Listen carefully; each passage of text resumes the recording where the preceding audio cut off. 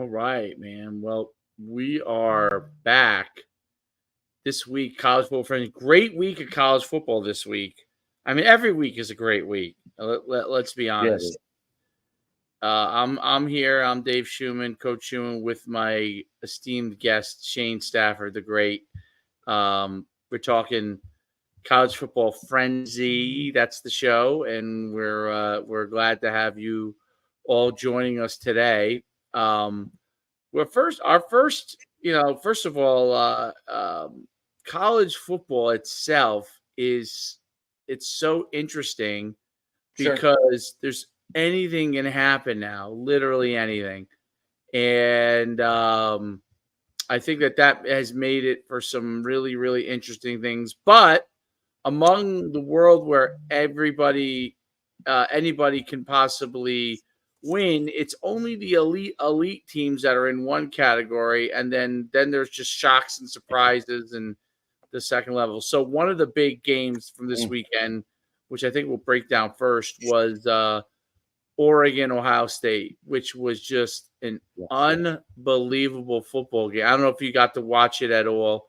But it was an unbelievable football game, and what I thought was so unbelievable about it was very simply the fact that it seemed like near the end of the game, like whatever team was going to have the ball last was going to have a chance to win that game, and I think that was almost what happened until the end. Sure. And the real interesting thing was, they asked Dan Lanning about, did you plan? So you saw what happened where they had the 12 men on the field or legal substitution thing. They ran a play 6 seconds. It got ran off the clock. It was an incomplete pass, but it ate 6 seconds off the clock. And they asked Dan Lanning about it, and he basically said, we plan for all situations. Some situations in college football don't happen very often. Sure. We plan for all situations, basically alluding to the fact that, that's kind of in our wheelhouse if we need to steal some time or something like that. What did you think about that whole that game and that situation? Honestly, it could have happened accidentally. It could have happened on purpose. Obviously, we're not in the locker room, but Dave, I'm going to tell you this. There are times where I know when, coaching-wise, at the collegiate level, you have to prepare these young men for every situation. And, the Thursday or the Friday, usually it would be a Thursday, and then we'd walk through on Friday. But the Thursday, we would go through some situations, and then the Friday, we'd walk through those situations. I think the fact that they were able to do that and make sure that the kids had their heads on straight, that says a lot for the coaching staff all working together and the kids locking in, because a lot of times I've noticed kids don't lock in. They think it's like time for the game and the walkthroughs, it's a time to BS and it's not a time to focus. Not now. And I thought it was a great mistake, if you will, that allowed them to give them a chance and knock some time off and whatever. You know what I'm saying? Yeah, it did allow them that amazing chance, and I think that the unique aspect of the whole entire situation, I never even realized that that could be a thing Weapon? to do. Yeah, I mean, like, wow. Like one of the things we used to practice in high school, and they had this rule. I don't know if I think college and maybe I don't know if the pros have it too. Yeah. Basically, at the end of the game, if you're getting the ball and the other team punting, okay, and the game ends, but you call a fair catch. If they punt it and you call a fair catch, you get a free kick. So let's say we used to practice this. Game's ending. Team, like, let's say there's 3 seconds left. Team decides they're going to punt the ball. Okay, and they're backed up. They punt the ball. You fair catch it. And let's say you caught it on like the 25 or 30 yard line. they place it right there, and it's a free kick. Yep. Where you kick an extra point. I mean, a field goal Yep. without them rushing, and you could get the 3 points. Sure. Exactly. And that's a great example, Dave. And I'm almost positive that they did practice this scenario. Because if you don't, your kids are going to be like, you can tell by what the kids' reactions are, if they do react in a certain way and say, what's going on, throwing their hands up. And you know how when kids are confused, they just turn their heads and they go crazy and all that kind of stuff. They didn't seem to have that kind of mentality. So to me, I feel like this was rehearsed in practice, or at least at some point during their training camp or whatever. But I truly feel like this was some kind of coaching that took place and actually came to fruition, man. I'm telling you, without that, I don't know if they get the chance to win, man. Those are precious seconds at the end of the game, especially this game. Man, that was awesome by them. That is an amazing scenario at the end of the game. And then my other thing is this: Ryan Day, did you play against him when he was at he might have been younger. I think he was a little younger than I am. But yeah, when he was at UNH, you're talking about? Yes. Yeah. I don't know if he was. No, he would have been playing against. I don't even recall him, to be honest. That's one of those guys like, who is he? Oh, that's who he is. You're like, oh yeah. I played against that guy. That guy right there. There you are. Do I know you? No, but there you are. But there you are. Got to give an old school quote to that. That is hilarious. Yeah. It's interesting because he played. Was Chip Kelly there at New Hampshire when you were there? Chip was not there either. No, he was after. He coached. They were after. So these guys were after. Yeah, I played with a guy in Orlando with the Predators, arena football, that played, I want to say, against Chip Kelly. And he's the one that changed that whole offense up there. Remember, UNH always used to run the ball 40, 50 times. Right. That's what I remember, yeah. But yeah, Chip came in and started doing his own thing. But I'm telling you, man, it's unfortunate. There's so many things, and I know I text you after the game talking about that and how that game should have been over prior to. It was a great play call by Oregon, and I don't want to, take anything away from where we're going with this, but I'd like to dive in deeper about one of those third, fourth down plays that were made, but. Yeah, coaching has gone to a whole nother level, and I think it's starting to get appreciated because, in my opinion, Dave, camps and combines like you have done with the Schuman sports and all that stuff, man, way back in the day, these kids now are starting to understand football at a higher level by the time they get to college. And it's allowing coaches to really divulge and get in deeper from a standpoint of implementing plays and implementing concepts and helping these kids understand concepts. And now that these kids are making money, I think they're even more interested in being a part of it. Well, I think there's no doubt about it. I think what's also really interesting is that they the level, I wasn't sure if with NIL, if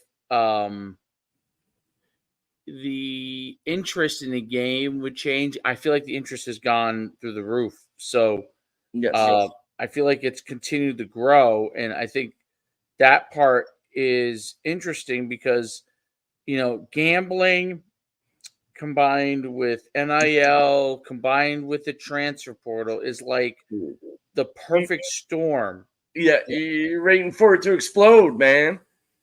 I mean, it's crazy. dude, it's almost like are we, because we're allowing these things to be legal, that people aren't going to fall for the okie doke? And being now that these kids are getting paid some cheese, a lot of cheese at that, that they're not going to buy into getting bought out by somebody like they used to in the old days, just to make a buck or two here and there. That's a whole nother topic. That's a good point. You Yeah, know, I'm not sure. Oh, I'm not sure how much that. Well, it could be an issue though, if you think about it. If you're not absolutely. getting paid, you know what I'm saying? Like the top end players are Yeah. all getting paid, but what if you're one of the players that's not getting paid? Is there an incentive to? You see what I'm saying? Yeah, but there's always been that though, Dave. Like, honestly, you know that as well as I do. Like, that's always been there. I don't even want to go down that lane, because I like to think that the fact that these players have an opportunity to get paid, that they're and I'm going to say this too. I think the character of these young men nowadays, I truly feel it is a lot different. We're getting kids now that they're not always from the hood. They're not always from no money now. And if they don't have any money and they're worth a salt, they get money. So there's a lot of things that go into this, man. Like, we can dive deep into this stuff, bro. But this Ohio State Oregon game, goes down as like one of the classics. I know the game, the play that I text you, man. It's a staple in everybody's offense, and I just have to talk about this because it was a hell of a play call at the exact right time. I think it was like what, 3rd and 1, 4th and 1, something like that. And it allowed the sticks to get moved, and all it is a bunch of rub routes and a spot route sitting over the ball at like 10 yards. And then you're trying to rub and you get them in, because most of the time, 3rd and 1, 4th and 1, what defense are you typically going to be in? Man to man, typically. Right. And so they try and get the running back on that little flare type of deal down the sideline. That's exactly what they did. And that's when I text you. I was like, oh my gosh, I can't believe that they didn't expect this in the formation they were in. Now, they did a good job getting in that formation and shifting a little bit here and there, doing some things. But it was an awesome game to watch, man. And that's why college football now, to your point, what you were saying, Shu, is, dude, you don't know who's going to win, because everybody has a playmaker now. Somebody's paying somebody to get a playmaker, and it's all legal. There's no doubt. Everybody has a playmaker, and it's like and multiple playmakers. And it's college football has become it's the minor leagues, and that's what makes it exciting. And I think that it's going to be, as we go on, it's just going to become more and more like that. You know what I mean? Yes, so it's just, I don't know, but that's what makes it great. That's what makes it great. And no doubt. you go on from there. But there's no doubt about it. What to me, Oregon's fan base and the money they're putting into the university and the facilities, like, it's amazing how much Oregon has changed, where it's now completely one of the blue bloods in the country. I mean, it is one of the blue blood teams, and it's no different than Ohio State or Texas or Georgia or Alabama. Like, it's a blue blood, and I think that that's so interesting, because for that was in the 90s. That was like an emerging program under Chip Kelly. Obviously, it was an anomaly that they became a powerhouse. Then they just kind of they kind of most of the time are good, and now it's just with what they're doing is just whole next level. Like It is. Yeah, their Dude, facilities, it's crazy. Dave, bro, I'm telling you, where Oregon really, I mean, you talk about blue bloods, just talk about the West Coast as well. They're taking over USC recruiting. They're taking over UCLA. They're taking over UW, Washington State. They're taking over all that stuff. They were good every now and then back in the day, but they weren't consistently good. And what got them to where, and I truly believe this, was marketing. When they started wearing different jerseys, you know how young 18-year-olds, hey, remember at your combines, you know, they loved it getting like a tight fit jersey and having red or having yellow or having green. You know what I'm saying? So now Oregon says, hey, you know what? We're gonna go to the youth and we're gonna switch up our jerseys. And you know how it is, like Deion Sanders says all the time. You feel good, you play good. You play good, you get paid good. You know what I'm saying? And that's what they did from a recruiting standpoint. Nobody wanted to go to Oregon. Where's Oregon? It's in the Northwest. It's a beautiful area, gorgeous area. But they got rid of that whole traditional wear this color, your socks have to be, you know, calf high, knee high. No, go ahead and be you. You know what? Today we're going to wear all yellow. Tomorrow we're going to wear all green. The next day we're going to mix it up. We're going to have these crazy helmets. And everybody at first was like, all the traditionalists were like, what is this going on? Next thing you know, Under Armour at the University of Maryland, they caught on and they started doing it. And they're starting to get some players. But that I truly believe the marketing aspect and the ability to wear different jerseys, man, they were stealing guys from all those, from USC, from UCLA, all those West Coast schools. And then don't even mention like Texas and Oklahoma and schools that normally would get those guys. No doubt about it. Ohio State, there's a lot of, by the way, before I go to Ohio State, I saw that they're actually looking at what Dan Lanning did to see if that loophole, they're investigating that loophole. See, Yeah. I don't know. To me, like, leave that part of the game. Like, Yeah. yo, if you figure that out, right, yo, you're the man. Dude, how is this guy going to not get in trouble, but now we're all of a sudden changing the rule because this guy found a little loophole? Come on, man. They made. I wouldn't be shocked if they didn't change it. I think they will. I agree.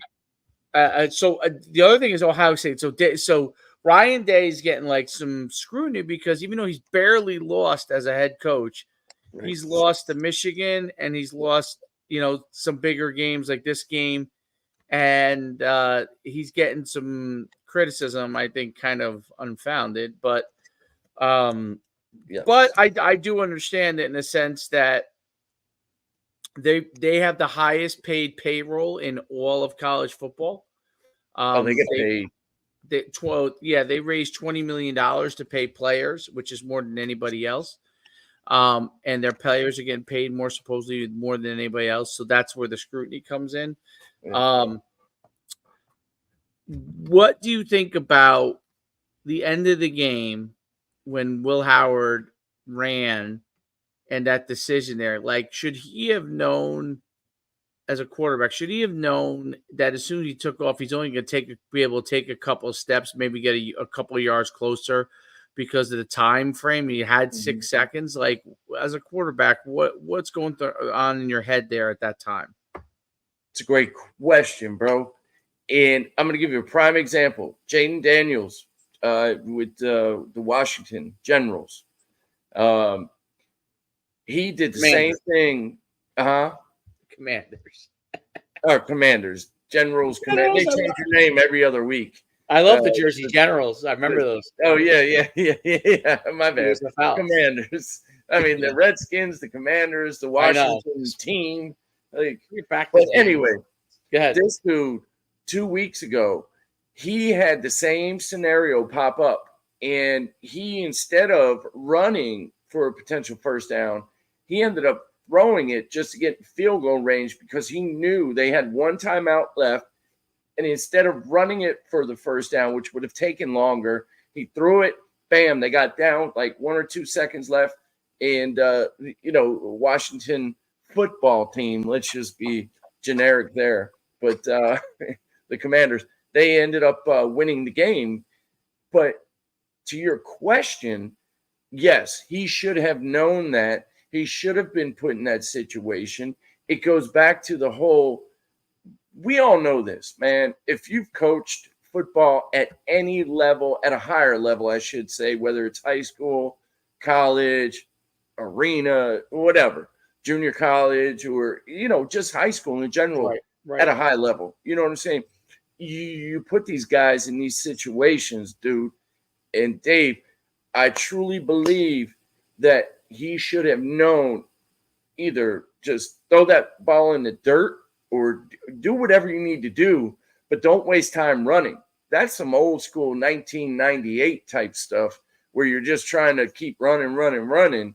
No, understand the situation. And that's why so many practices now always have, especially in your quote unquote jog through.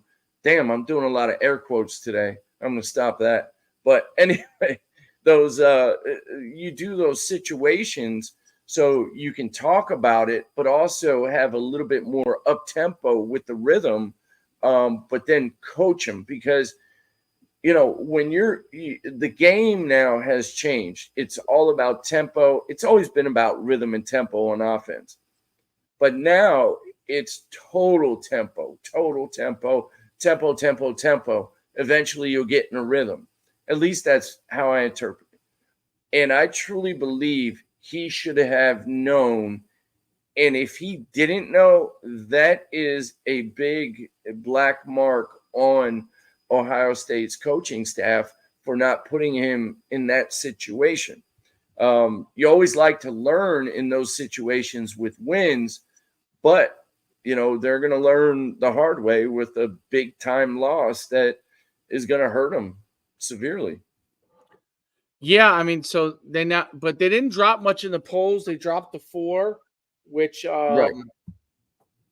shows that they're probably in a good situation. But it's interesting to see. And now Texas obviously stands alone as number 1. What they did to Oklahoma, they hammered them. Oklahoma's a good team, but they don't have the offense to hang with Texas. No. What I thought was interesting was the Alabama-South Carolina game. Alabama barely won that game. And what was the final score? It was 27-25, if I believe. Something like that.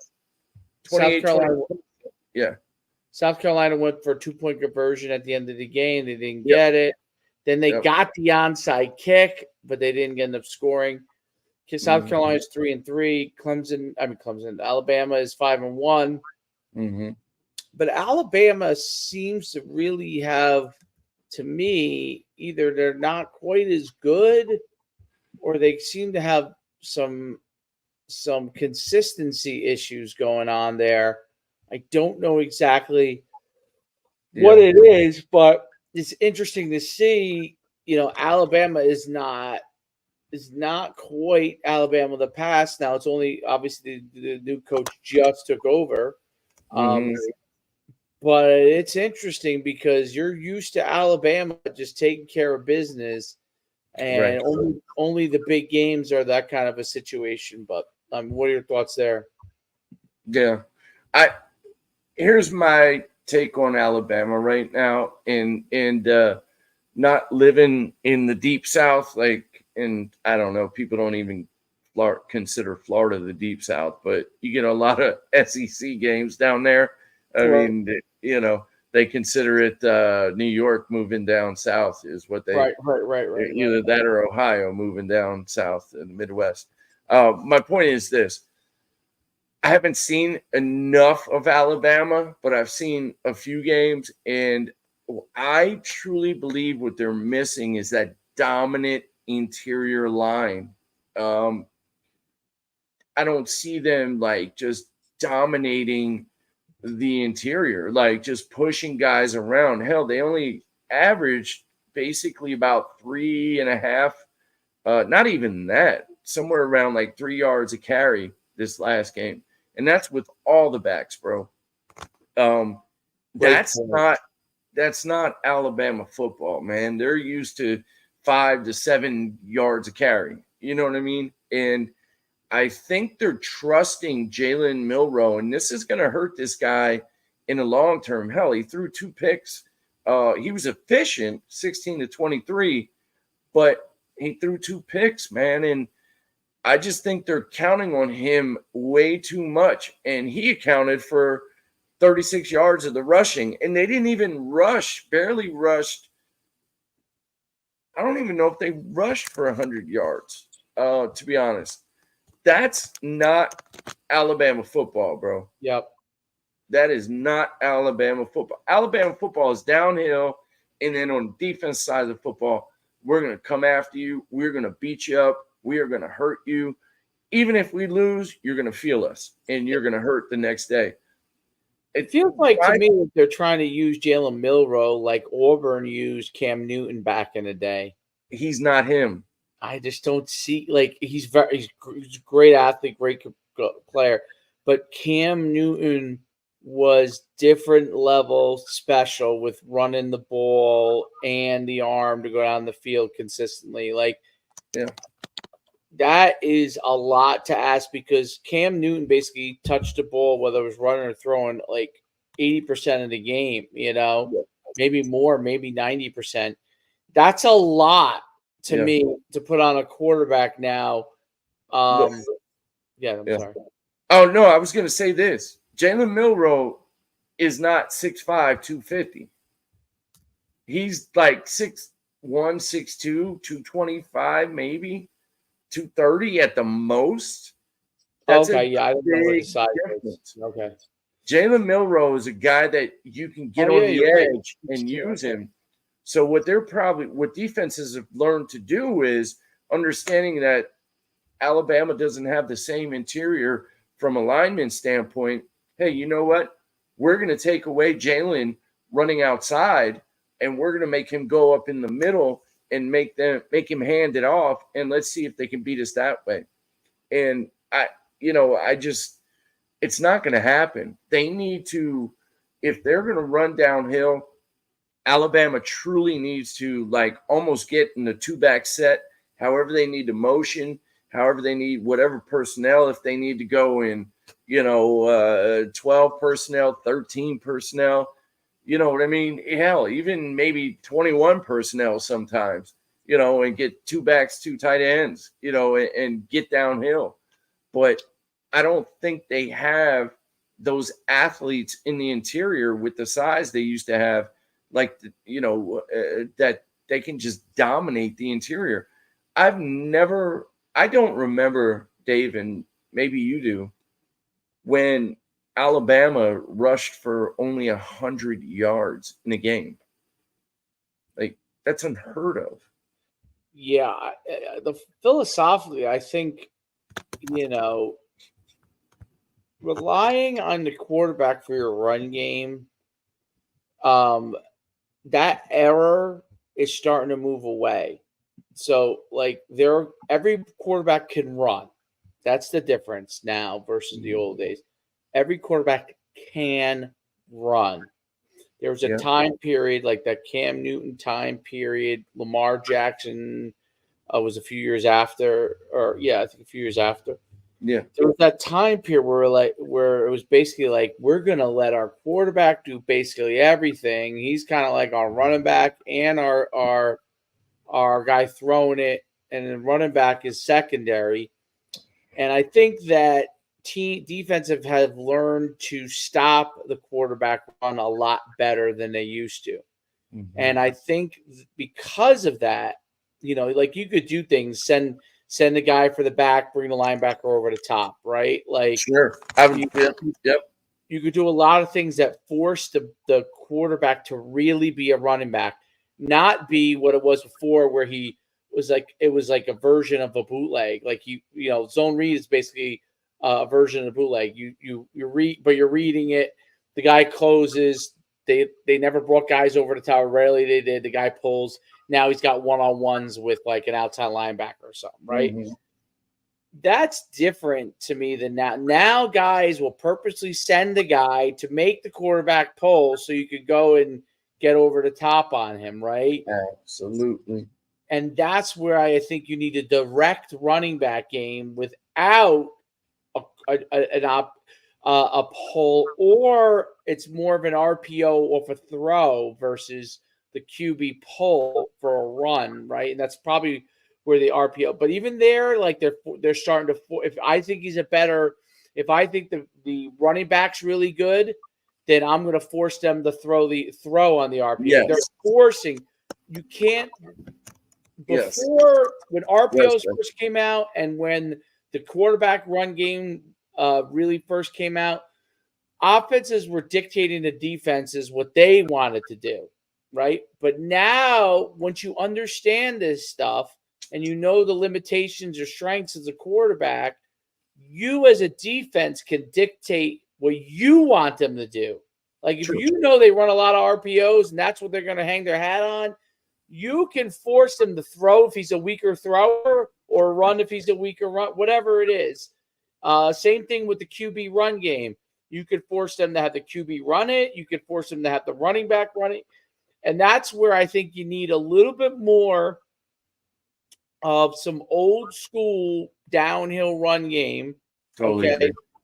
And use the bigger bodies because, you have all these guys that have special purposes now. Make sure you have the bigger body, Nate Newton lineman types that could just drive guys off the ball. You don't need – listen, if you nowadays there's going to be 105 scholarships, right? Recruit the guys that are your run game tackles and then recruit the guys that are more your pass game tackles, right? And then maybe you have some elite guys that can do both. But I think you just like you're exchanging parts in the passing game and the run game, start doing it in the linemen because it makes a difference in the run. If these guys can't tackle anymore, so if you could come downhill on somebody, it's different, man.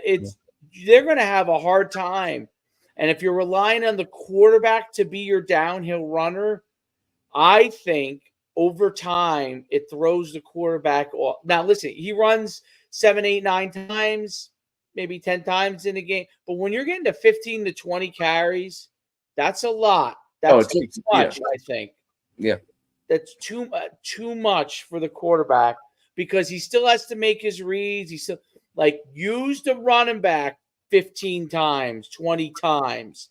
That's the guy who should have 15 to 20 carries, maybe more. And if you got to use one guy's getting 15, 20 carries, the other guy's carrying 10, right? Use that more because I think you get your quarterback beat up. Yes, they can all run now. Every QB can run. It doesn't mean you have to have him run just because they can all run. It's a value add if you need it. Yes. And I think that's the thing that offensive coordinators have to start to shift their mindset into. Let's hammer the run game with our backs. Let's use those valuable assets as the run game and let the quarterback run when needed so we can get some nice. Yeah, you know what? Maybe your quarterback averaging 8 yards a carry. You're going to be tempted to say, maybe I should run him more. He's averaging 8 yards a carry. No, he's averaging 8 yards a carry because you're utilizing the backs properly, right? Yes. I think that's the key down the line. And if you really want, honestly, I really think that if you really want a quarterback to run the ball, I think you go and put a bunch of heavy bodies in and you just let your quarterback take a direct snap. I mean, not the quarterback. I'm saying the running back. Get the running back in there. You use the extra person because it's an extra person. Now it's 11 on 11, right? Yeah. If you want to do that every once in a while, but don't beat up your quarterback all game long with that. Right? No, I there's a lot of things that can be unpacked there with what you make a lot of great points. You make a lot of great points. And I know we're going to hit on this guy here soon, Ashton Jeanty. That's your boy. But because I thought it was going to be a segue to that, but you make too many great points not to We'll go to discuss. that. We'll segue to that after. Yeah. Yeah, no doubt.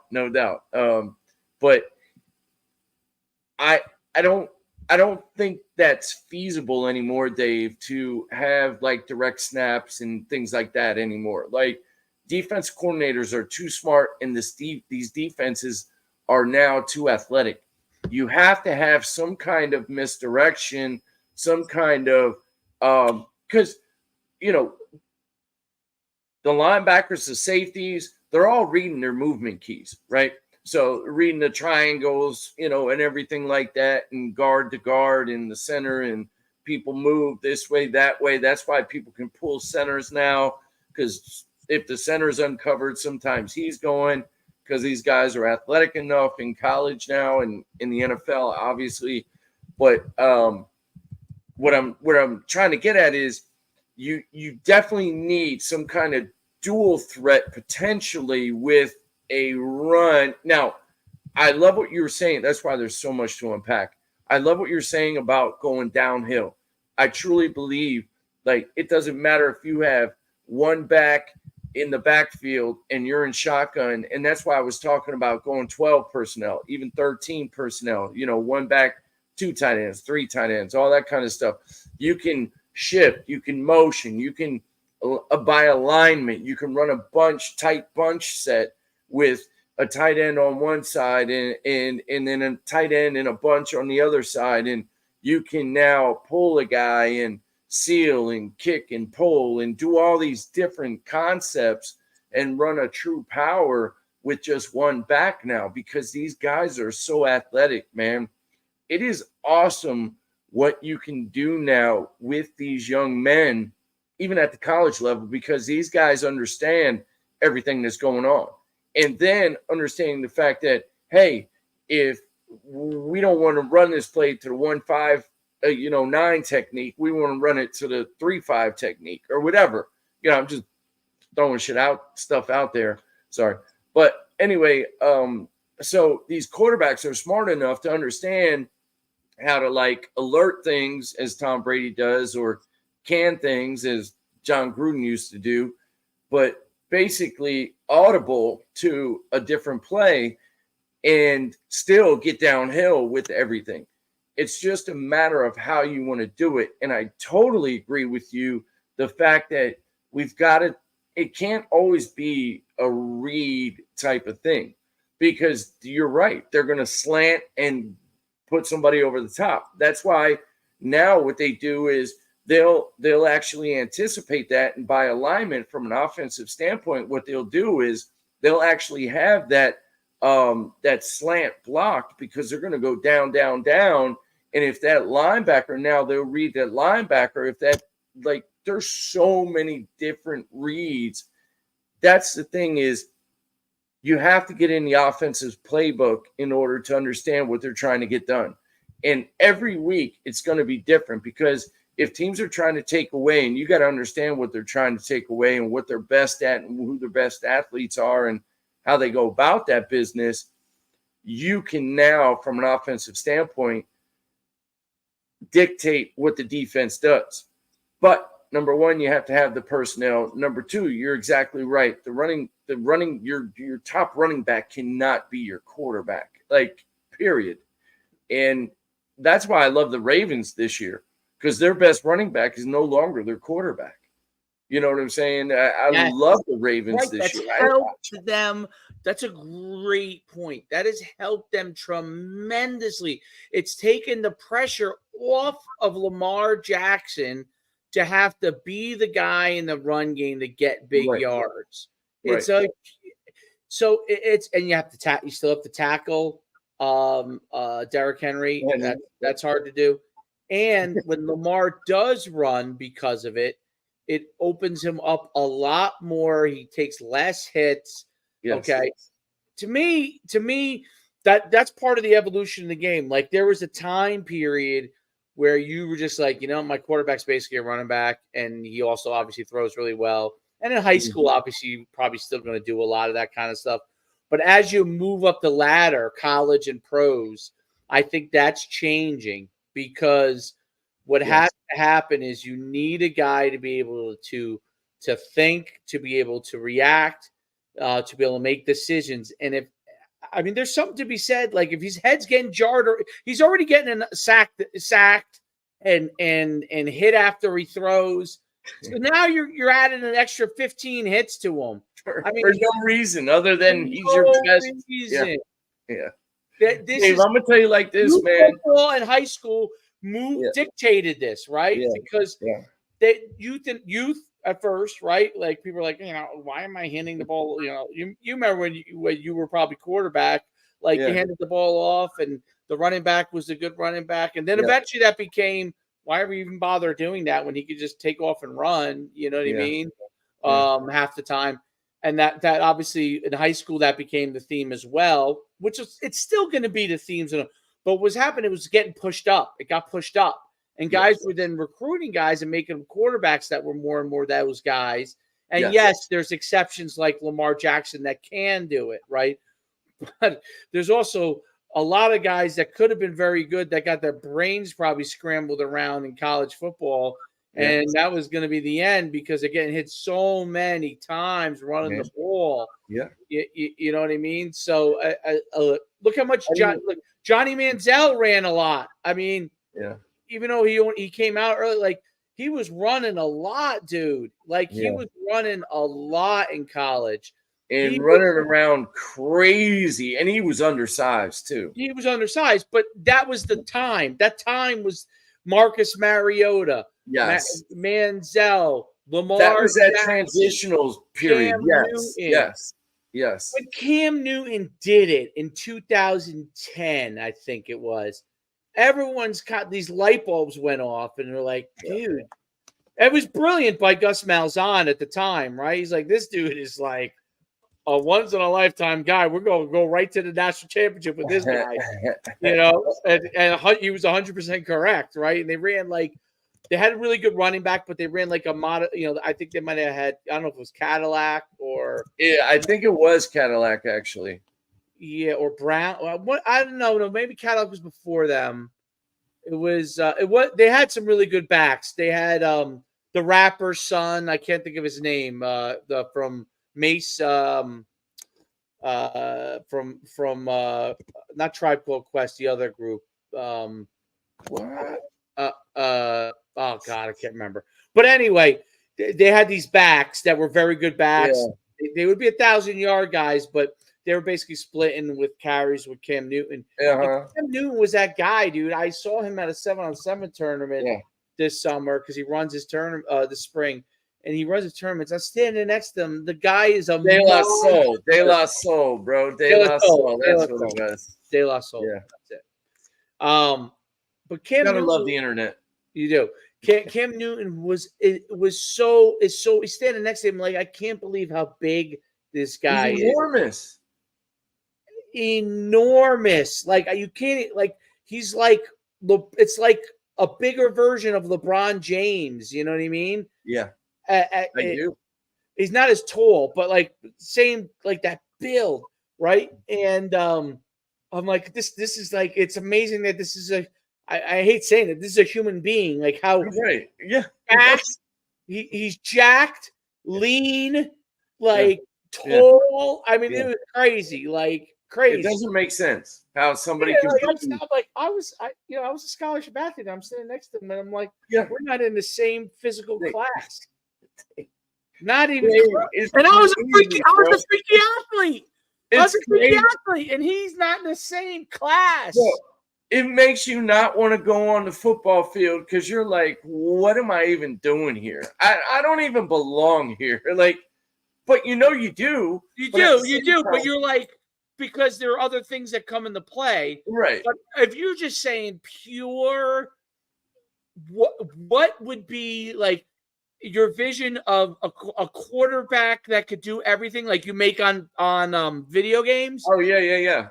Like, he's like a video game player. And run a 4-4. He's like a video game. I mean, that's what he's built like, dude. I can't explain it any other way. He's 100%. Like a video game. And that's probably why he doesn't understand certain things. Like, he says things that are crazy. But I'm like, Cam Newton, like, how could you understand it? Like, you could do things Yeah. that people cannot comprehend. Great athletes cannot comprehend. He would be a terrible coach because he'd be Yes. like, why don't you just outrun him? Or why don't you just throw that throw? Or why don't you just stand in the pocket? Because 360 is coming at me running a 4.7 with a beeline on my behind. And I can't break that tackle at 6'2", 220. But you at 6'5", 250, you're going to run right through it. Yes. It's a different person. And that's why he could run it 20, 25 times a game and still be able to talk.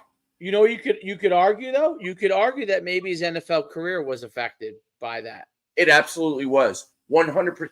Dave, I wouldn't even argue that. I would tell you for a fact his NFL career, because everybody thought he could take it, and he could take it. And instead of making him a true pocket passer, like not even a true pocket passer, but able to do it, his release was quick, but it was awful. He was so inaccurate because his footwork was terrible. But my man from the Ravens, man, killing it. You know what I was trying to think? You know what I was trying to think of? Who started it? Cam Newton was really second. You know who started the trend? Who really started? Really started the QB being the back trend? You'll think. Don't go on the internet. Don't go on the internet. No, hands up. Think about it hard. He was before Cam Newton. He won 2 national championships. I was gonna say, 2 national championships. Won 2 national. Now you're putting me on the spot here. I was gonna say Cordell Stewart. No. It's Reach. Those guys were, when they were in a triple option, those were anomaly offenses. You know what I mean? Like those, the Army quarterbacks.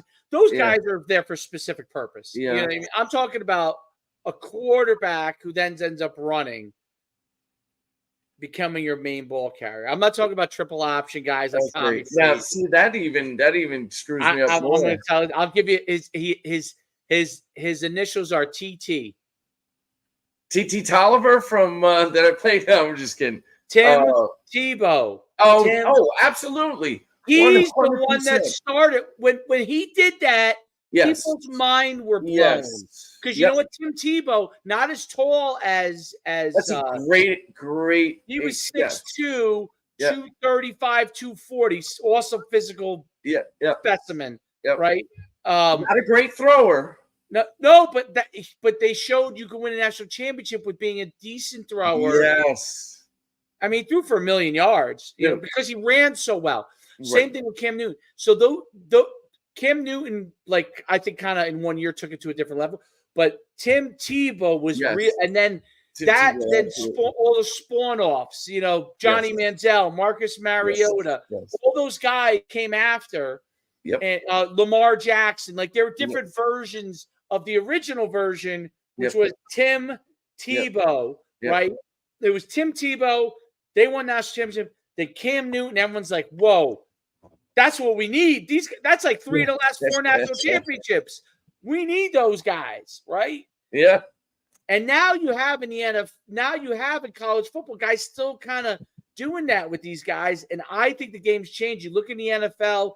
The quarterbacks run when, other than Lamar, and now Lamar's better with Derrick Henry because he doesn't have to run as much.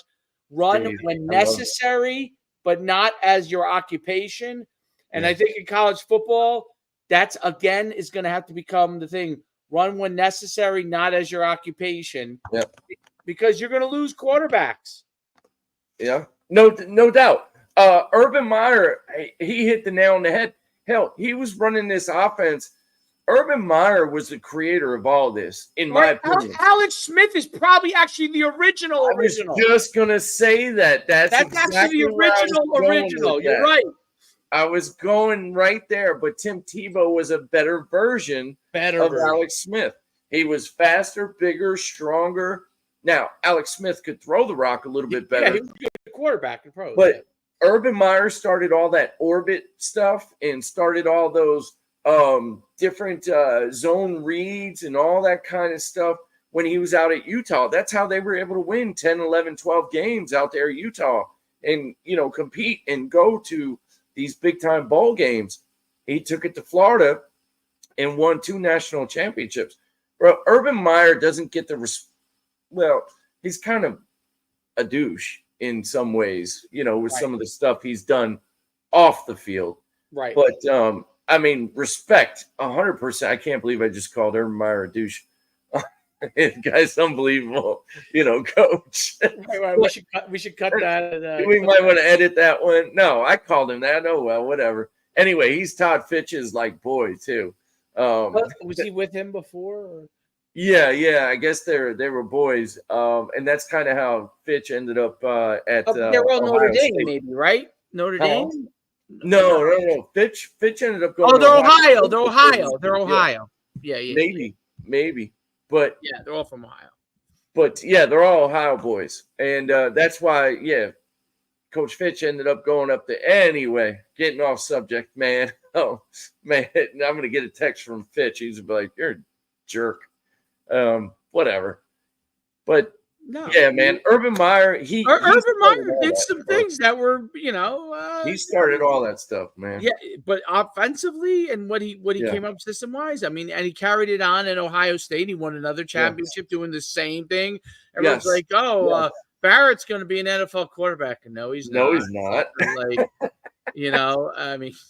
It's just no, he's not, because of the system he runs. The quarterback is like another running back. Absolutely. So, but it's and I segue into it. Yeah. The prime example is what Boise State is doing with Ashton Jeanty. When you have a back that is legit back, you can't tackle these guys now because they're not practicing tackling from the time they're that's what I said. In high school as much. I won't say little kids because I don't even know. Everybody does something probably different at the little kid level. But high school wise, college wise, they're not tackling as much. It's safer. The game's safer. They're not taking as much. And then you get what comes from that is that Ashton Jeanty. Yeah. Oh shit. You still there? You froze up on me, big dog.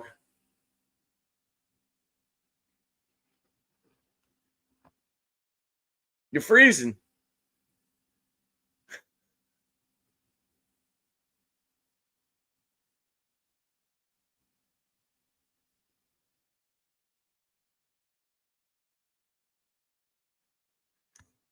Ashton Jeanty.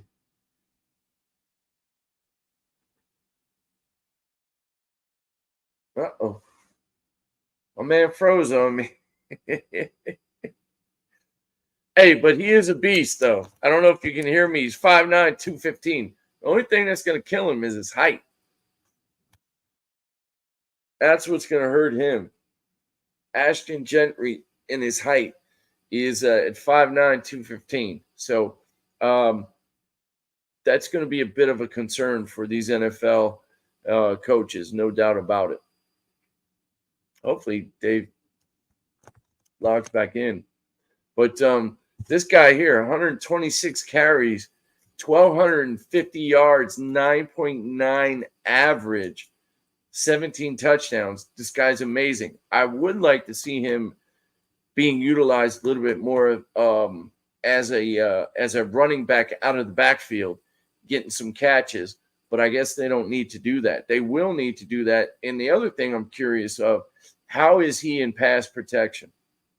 Because pass protection is going to be huge in the NFL. Blitz pickup, being able to understand that stuff is going to be enormous when it comes to the NFL. If he can't do that at 5'9", he's going to struggle a little bit. Number one, it's going to be hard to find, with all these big offensive linemen, defensive linemen, whatnot. But with him being able to understand how to do it, he obviously has that size. He's low, compact. I'm sure he can cut guys and help chip, defensive ends and things like that. So it's going to be a huge thing for him. And it's not like Boise State didn't play a bunch of good opponents. They're playing good opponents. So it'll be interesting moving forward, as far as what he's able to do, at the rest of the season. Hopefully, he obviously stays healthy. The other guy, and he should be a Heisman candidate. Until Dave comes back, I'm going to use this opportunity to talk about another potential Heisman candidate. And not a lot of people know about this guy. He's from Syracuse, but the quarterback up there at Syracuse, I'm telling you, Kyle McCord, he was 31 of 42, 346, 2 TDs. This guy is a beast. And I think he can be a sleeper from a Heisman standpoint. It's all going to depend on if they can beat the UConn Huskies. I'm just kidding, being a homer, as you can tell. But Kyle McCord, his stats for this year are truly unbelievable, with what he's doing this year right now. He's thrown for 2,100 yards in 6 games, I think it is, in 19 tugs.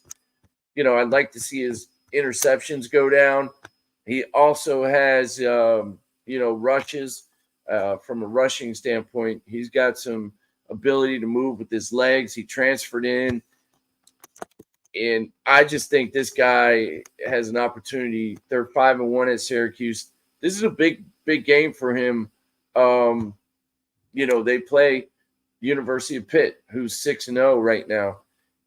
So if Kyle McCord, if they can win this game and go to 7-1 and drop Pitt down to 6-1, that'll be a huge thing. He's got touchdowns versus AP top 10 opponents, 7.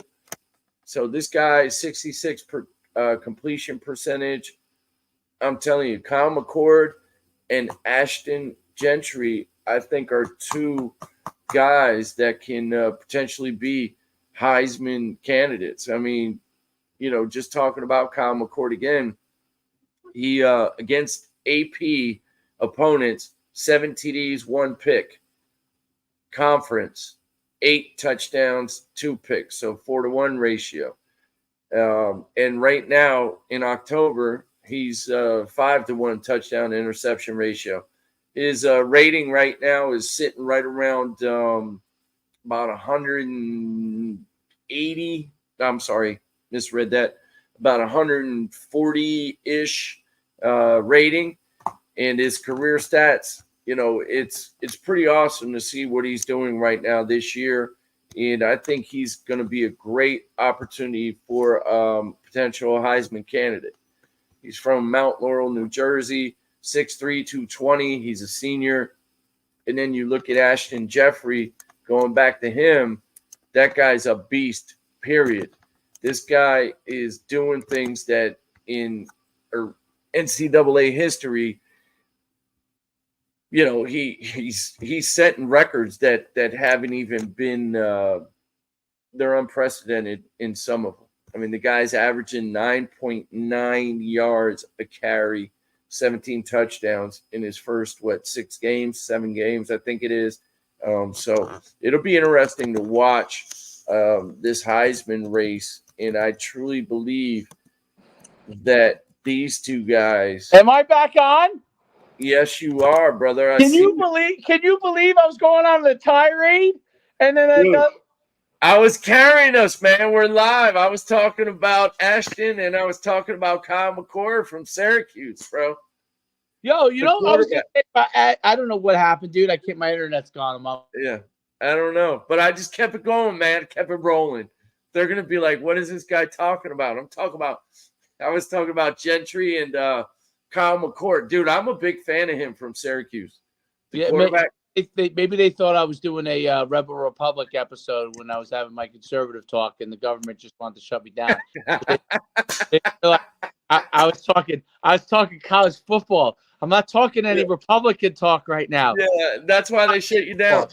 Hey, They that try, dude to, from they try to hold me down, man. They try to hold me they're trying down. to hold the man down. Trying to get me. They keep Come trying to on. get me. Ah, only Maybe it's because you. I sent. Maybe it was because I sent Elon Musk a video message because I was locked out of my account. I sent him. I did. I sent him a video message. I said, "What's going on?" I said, "Elon, you're busy landing spacecrafts. I can't get into my damn Twitter account. I'm trying Now to do you're gonna get his business." phone cut off.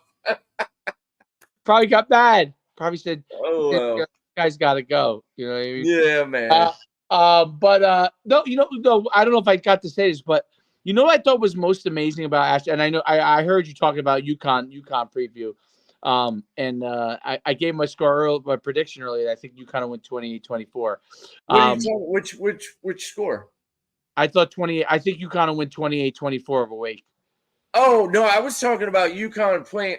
Because I was just trying to fill some airtime right there. Like that's one thing I learned, like being on different shows and everything. So yeah, I was just talking about it. So I switched it because I ran out of things to say about Ashton Jeanty. Because I mean, the guy's a beast, no doubt. But then I went to the guy from Syracuse. Oh, and he's awesome. The big game. Yeah, the big game is going to be Kyle McCord and Syracuse playing against UConn if they both go in there because Pitt plays Pitt 6-0 right now, and Syracuse plays them next week. And then we play Syracuse, I think, in like 2 or 3 weeks. Dude, if we both go into that game, like we'll be 6-2, 7-2, and they'll be 8-1. That'll be a huge game, man. And the guy's a beast, bro. I don't know if you've seen him much, but anyway, that's what I was talking about. Yeah, he was the Ohio State quarterback last year. Yes, he transferred in. Yes, yeah, absolutely. The guy's killing it, dude. He's killing it. Recruiter.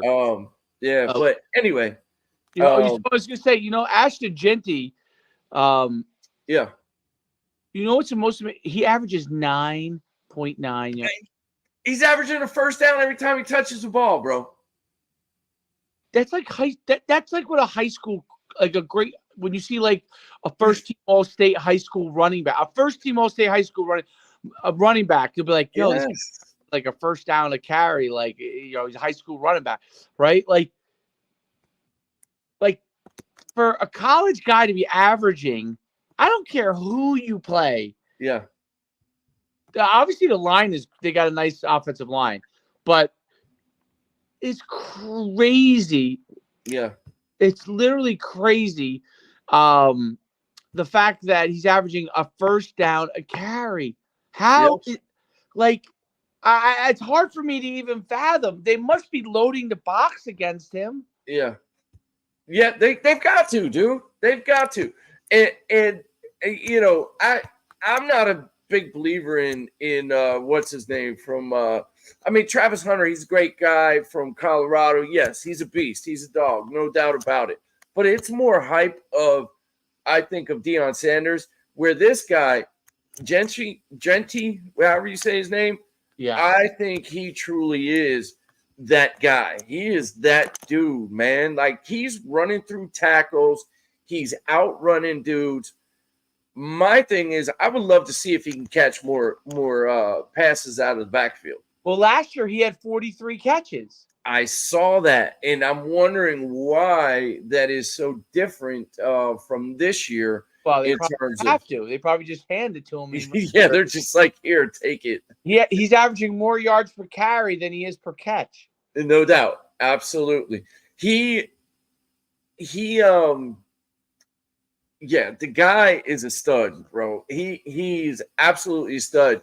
And I was just looking up Boise's their freaking schedule. Granted, they didn't play. Utah State, Hawaii, not known for defense. They beat the crap out of Washington State. Wouldn't say they're known for defense. Portland State, definitely not known for defense. I think that's going to be his biggest dilemma as far as winning the Heisman. They play Wyoming, they play Nevada, they play San Jose State. Their schedule is extremely weak. Oregon State. 1 million yards against Oregon, didn't he? what did he run for against Oregon? He ran for 150 or something against Oregon. He's just like Barry Sanders. Barry Sanders I played agree. Oklahoma State. I'm different Yes. style of runner, but I'm saying like as far as production, like insane, like absolutely insane production. Yeah, the guy, he's amazing. I'm not taking anything away from any of that because what he does and is doing is just it's not normal. What do you think about Deion Sanders playing now he's hurt. He got hurt, I guess, in the game. They're playing him so many plays. Again, I think You talking about his son? That Deion Sanders plays Travis Hunter so many plays. You playing on both sides of the ball? Like I think that's like it's one thing to like you could let him play some of the time on one side, like time and a half. But I like both every single snap. I just think in the long run, you're just wearing a dude out. Like it's not even if it's feasible for the player to do it because he's such a good player and he can do it. Yeah. I just think that you're killing the guy, hurting him, right? You're gambling with his career, and let's take that out of it. Let's take the career part out of it. When you're playing that amount of snaps in college, like you're opening yourself up to injury because you're not going to be able to go all out every single snap when you're playing both sides of the ball. Yeah. No, I totally agree. I think. Okay, so I've got a couple thoughts here. Some about Jeanty and about this. I completely concur with you, bro. Second semester word, concur. But but I am concerned. You like that the use of that. You're right though, because he has been known to be injured in the past. Oh yes, I didn't know. I don't know that. Yeah, when he was at Jackson State, he got hurt and missed a lot of games. So you would think Deion would be a guy that would be kind of aware of this and sentimental towards him, so he can get paid because this kid doesn't come from a lot. And it seems like Deion has an affection for him in a good way, obviously, to where he wants him to do well. But it's almost like he's trying to make him win the Heisman as opposed to allowing him to win the Heisman. Does that make sense? Yep. Forcing the voters to like get on board with it. You know?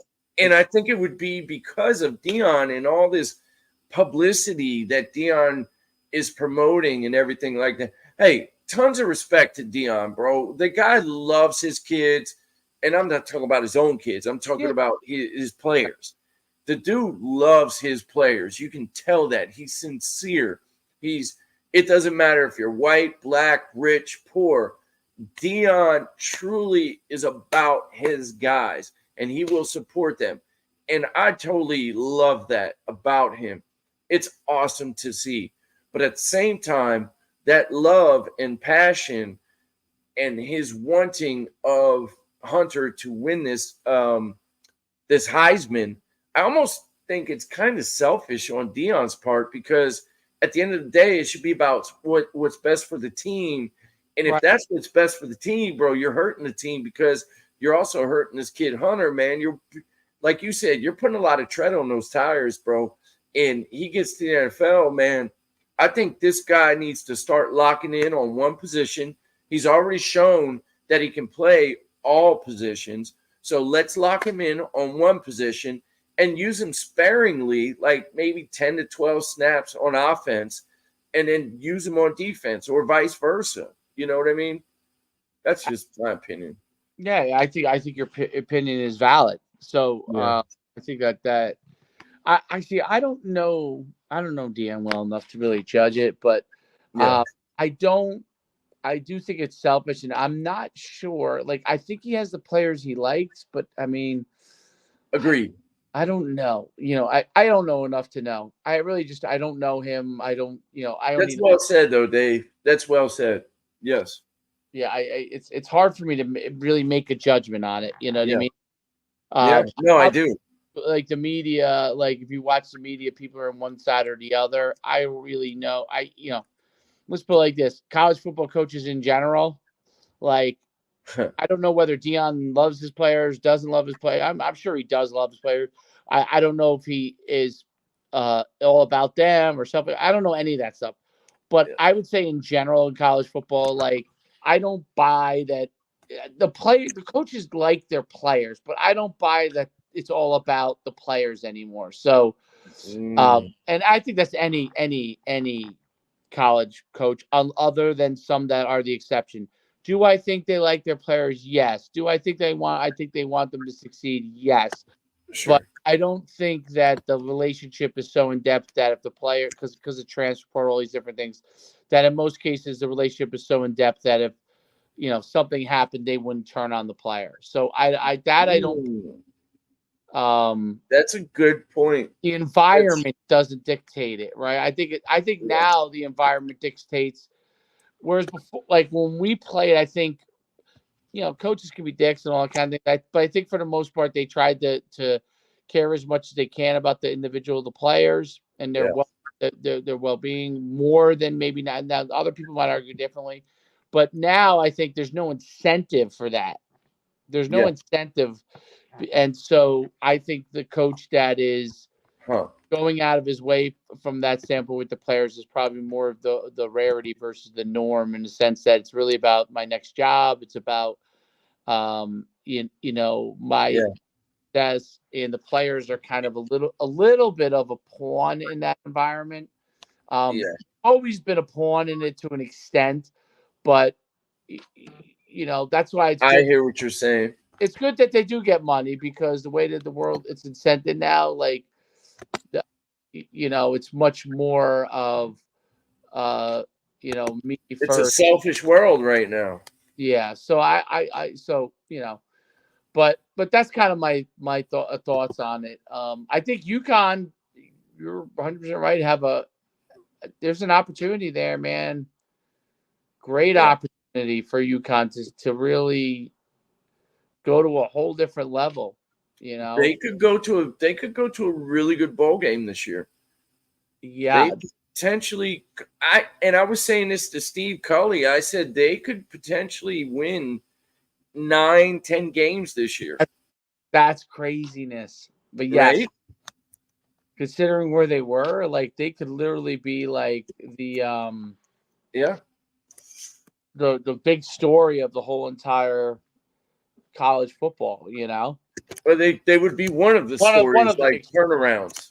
Yeah, one of the big stories, right? No, I was going to say the big story. I mean, there's some. Right. I mean, we've talked about a couple of them with Jeanty and what. I mean, I'm going to tell you this. I hate saying I mean, because every time I watch a TV show and on like either Get Up or Sports Center, and somebody says I mean, that's just wasted words. It's stupid. But where I was going with this is, I think Syracuse is going to be a big turnaround. Pitt is right now undefeated. UConn has a chance to. That loss against Maryland just shows you how they were not ready, or they were unprepared, or they were just not focused. I don't know. Losing to Maryland 50-7 blows my mind, seeing what Maryland is right now. Maryland, I think, lost to Navy, was it? Right. Army, Navy, like the Army are undefeated. How about that? They could potentially go to the playoff. yeah, absolutely. How about that? Right. You're exactly right. I mean, granted, we did beat Merrimack in this win streak that we're on, but I mean, we're blowing teams out. We beat Temple. Temple's not a bad team. They're not great. but they're not bad. This Wake Forest game, I love your pick there, like 28-24. I think it could be right around that. It's got to be around that because I don't see us scoring unless our run game is hitting and our offensive line can take control, which I think our right side of our offensive line is not very good, especially our right tackle. And I hate to point people out, but honesty is honesty, and the truth is what it is from that standpoint. I think we have a chance with our run game, and then if we can make some plays in the passing game with Skylar, man, we got a chance to really win that game. I think we can beat Rice. Georgia State, we better win. UAB, we should win, and then we play Syracuse the weekend of Thanksgiving. That's unbelievable, dude. They could easily go into that Syracuse game with 2 losses. If they beat Wake Forest, that's the big game. They beat Wake Forest. They should beat Rice, should beat Georgia State, should beat UAB. And now you're looking at where they're 4-2. That's 3. That's 7-2. If they beat Wake, that's 8-2. If they lose to Wake, they're 7-3. So yeah, you're truly looking at a potential 10 wins. But I know we got a little off track there with the UConn talk, but we got to talk about your alma mater a little bit. Yeah. How do I get a different angle like you, man? What do you got? Like 4 cameras set up, bro? Or are you like talking now? You camera A, camera 1, camera 2. I'm on my phone, right? So I was before I had a camera, my computer, but I'm using my phone here because I got logged out. You know what I mean? Remember that from Austin Powers? Camera 1, camera 2, camera 1, camera 1, camera 2. Austin Powers, great movie. I miss the comedies of the old. There's no comedies anymore, dude. Not like they used to be, right? No, man. Like, can we just laugh? Like, we can't laugh anymore. No, everything's so serious. It's either scary movies or some kind of drama. Yeah, there's no more Chevy Chase and everything's like offensive, like no. Yeah, you can't because everything has some sort of like. Dude, that's why I love Bill Burr. Bill Burr's great. Oh my gosh, I think he's like one of the few white guys that can truly talk racism and get away with it. His wife is black. Oh, so he's like the other dude. I forget his name, but there's another white dude. I don't know if that allows him to. But... You have to marry a black woman in order to be able to, bend the, but.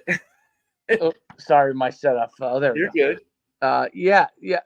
So I love this. This is like going way back to the dungeon kind of days. The dungeon days. The like Caddyshack, Jesus. Jeez, Wang, it's a parking lot. I got a pool and a pond. Pond would be good for you. Wang, you're taking pictures. It's a parking lot. Hey, Wang, I think it's a restricted club. Don't tell him you're Jewish. Hey, I'll take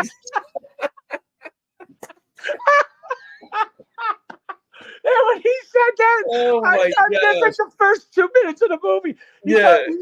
I'm like, I couldn't stop laughing. That's hilarious. I'm like, oh my God. Yeah. And all the nicknames are all like those, 2 of these. Hey, whoever buys this, you must get a free pocket of popcorn or so, whatever. A free bowl of whatever. He goes, hey, it looks good on you though. Dude, that's hilarious. And then I remember when he's teaching him, Chevy Chase is teaching the caddy. He goes, the caddy hit it with his blindfold on, and he says, "That's okay. The people need janitors too, or something like that." The world needs ditch diggers too. Yeah, the world needs ditch diggers too. Oh, I watched that movie so many times. I like when they when he's walking down the caddy's with Chevy Chase, and he's walking down the hill. He's like Denny. He's like, no, Danny. He's like Denny. He calls him like the fucking. He's like, Danny. He's like, okay. He goes, this isn't Russia, is it, Danny? Yeah, he goes, this isn't Russia. Is it Russia, Danny? Is this Russia? Dude, that like, you mind if I play through? He's like, yeah, you know. And then Bill Murray's like, yeah, you know, like I made my own grass. It's like across. Oh yeah. Cannonball. Grass and says me. You take That movie's the great. You hit a shot, and then you just pick it up and you smoke it. Yeah. You play 18 holes on it, and then you go right ahead and smoke it. He's like, oh, that's a big one. That's a big. He's like, oh my God. That's too funny. And then I love the greatest is when this is a great one. So remember, he's with the girl, the blonde girl, Chevy Chase with the blonde girl. Oh yes. And she's at like the piano. He's like, she's like, oh, were you in a war? You were in a war. He starts limping, right? He starts limping. He's like, no, homo. I'll tell you, there are so many. He's limping like he's telling you, like he's gonna say, like he's got a bad leg or something. Yeah, he says, homo. He's out of his mind. He was out of his mind. Chevy Chase was out of his mind, dude. So was Rodney Dangerfield. They were so great, dude. They said that they didn't like each other. Like, I guess a lot of that, the Bill Murray and Chevy Chase couldn't stand each other. And Rodney Dangerfield was kind of in the middle of both of them. Oh, really? But they said they freelanced a lot of that stuff, which you could tell they did, because that stuff, that's one of the funniest movies ever. Oh my God! How about when Bill Murray has the kid up against the fence? Oh yeah, he's got like the pitchfork in his neck, and hey, llama, hey, have a little bit of something for the effort. Yeah, like, well, there'll be nothing this time, but on your deathbed you'll get eternal consciousness. So I got that going for me, which is nice. With a pitchfork. He's got like a pitchfork up to him. He's like, oh my God, that's oh my God, it's. I might actually have to watch that tonight, man. Ronnie comes to the party and they're all mad. They're all mad because he's there at the party. Like he's like, you know, this is how like the times are so different. Like Rodney Dangerfield was playing a guy that was like maybe Czechoslovakian or something, because his name was Shervik. Yeah, and it was, I don't know if it was Czech. It was some sort of like more like unusual Eastern European, you know, like now I think it would be like maybe Czechoslovakia, Yugoslavia, one of those type of names. But like, so he wasn't really accepted. See, those were like underlying jokes that you didn't really know. Yes. So his name, right? Like, like basically they were saying that country club was kind of poking fun. It was really a white Anglo-Saxon. Absolutely. No minorities, no Asians, no Eastern Europeans, no Jewish people, didn't let anybody. Nobody. That was like the joke on it. It was joking on those people on how absurd. And then they had the priest. Remember the priest? He was telling the joke about, and like that movie today would just be like, no one would allow it. No way. Like it would have made it. It would have been like considered like completely faux pas. The movie would start, and the very first lines when he rolls in his car, and he start, you know, with Wang, him and Wang come in, people would be like, they would lose their mind. Like you'd have protests. You would have have protests. You know, like I guess the only reason they're not making fun of like Muslim people, because there probably wasn't many. I bet you there wasn't that many Arabic immigrants back in the 70s yet. I would say it was probably bigger in the 80s and 90s, maybe 2000s, that a lot more came over. with all the wars. I would imagine after the Cold War. With all the immigrants and things like that. That's when we started. But there wasn't there were groups that weren't in that. Were definitely not even in that. They didn't make fun of. Or didn't make fun of yet because there probably wasn't a huge multitude of them in America yet.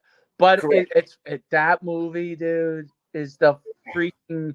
It's so funny. It's so like when he's coming when Ronnie Dangerfield's he's dancing and then he grabs Ted Knight's wife and he starts dancing. He's like, "Oh, you must have been something for before electricity. Want to make $5 the hard way?" Hey, and then she just dances with him. She's like, "You're disgusting," or whatever. I'll tell you that movie has so many parts that just like if you truly love that kind of humor, it's hilarious. 100%. It's the greatest humor because when to me if you're offending everybody then then it's kind of okay. It's non-malicious humor. It's really just like poking fun of ultimately they're really poking fun of white people. Really the most. Absolutely. They're making fun of white culture. White 100%. Culture. That's rich white culture. But nowadays that wouldn't even get off the ground. That's how creative they were. Yes. They're actually making fun of white culture. Yes.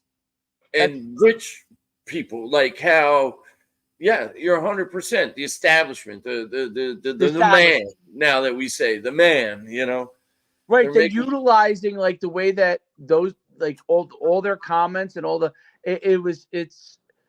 movie is so brilliant. Yes. I bet you when they made it, they didn't realize, they didn't realize it. No way. No. They must have known because they had all those guys that it could come out funny, obviously, because you have you had Ted Knight, you had obviously Chevy Chase, Rodney Dangerfield, Bill Murray. Bill Murray. Who else was in there? I think those were the big four guys that were like that became the big names. Yes. But that's like those are like the four biggest names in comedy. Do you know what my other favorite movie was? You remember when Rodney Dangerfield went back to college, back to school? Oh goodness, yes. That movie's so. Yeah, that is. Remember funny. He had what Sam Kinison was the teacher. He was the history teacher. Geez. Yes, that's right. And I totally forgot about he was even in that thing as the teacher. Yes. Oh my God. Yeah, that's taking it back. That's taking it back. So great. That is hilarious. And the guy who plays, I don't know if you watched it. You remember Karate Kid, the blonde guy who plays the back. You know how they have the new Karate Kid again? Yeah. So the blonde guy's back in it with Ralph Macchio. Yes. And so the blonde guy in Back to School, he was always the bad guy in all these movies. He was the bad guy in that movie. He was the other diver. I don't remember that. Oh, I gotta check that one out. Chaz or Chad or something. Chaz, yeah, he was the bad guy. The son was wanted to be a diver, and then but he wasn't that. And the bad guy who was his rival was that guy, the guy from Karate Kid. He was like that blonde guy was like the bad guy in all these like 80s movies. William Zabka. He was Chaz Osborne. Yes. I do recall him now. Why was he always such a good villain? Like he was a great villain. Like a comical one too. Like he had the blonde hair and he was just a corny like bad white dude that yes, a corny like I don't get it. Those movies, I can't turn it on TV and find anything like that anymore. No, not at all. Well, why? Why can't I? Why can't I find some of that kind of just a little like Dave Chappelle was really kind of the last guy to kind of do that kind of stuff, Chappelle, the Chappelle show was, but that's why I love Bill Burr, though. I mean, that's how we got on this. But I love Chappelle, the Chappelle show when he played the blind KKK guy. Oh my God! He said, I can't even say what he said, but No, you are can't you say what he said. serious, bro? Right. Oh my God! What? And he's like, What do you "Where is mean? that black? Where is that guy? Where is he?" Because he took his mask. You want me to take off my mask? You want me to take off my mask? And he takes it off. And I was like, what? yeah. Oh Like my- they're at the gas station, and he got out of the car and he was with a white chick, I think, and there were two racist white dudes, and he's blind, obviously, and he doesn't use black; he uses the N word. yes, right, He right. goes, "Where is he? Where is he?" And he's got, dude. Chappelle was off the chain, man. Like he is Off. I truly think him, Richard Pryor. Oh yeah. Like those two guys, Eddie Murphy was great. Eddie Murphy was amazing. Unbelievable. Yes, I just love the way Richard Pryor and Chappelle challenged, racial things, and talk true honesty about themselves. Right. Not even like trying to make a skit out of it. Right. But they made their personal lives funny. Like when Richard Pryor was talking about smoking crack or whatever, and he's like, so it started to feel good to me. So then I shot another tire out, and then I shot the engine. Dude, live on Sunset Strip with Richard Pryor was hilarious. Just like Chappelle with his, I just love how they challenged. When he did those stories with with Charlie Murphy and yes. oh my God, the True Hollywood Story skits. When I saw the thing after, they said, how'd you come up? He said Charlie Murphy would come over and just sit at the lunch table with us. Yeah. Start telling us these crazy stories, and we're like, holy shit. And they were real. Like the Prince one. Oh my God. The Prince one where they play basketball. Game,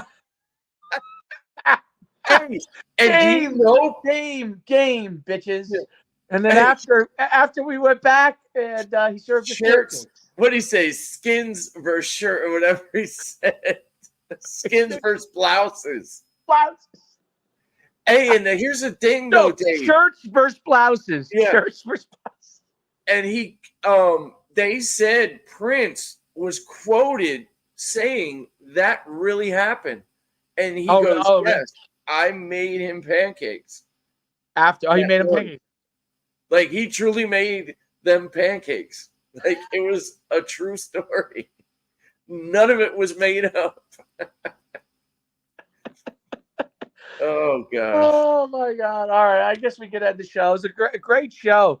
It was hilarious. Oh, people, you got to tune in to College Football Frenzy because you don't know what we're going to talk about. You have no idea.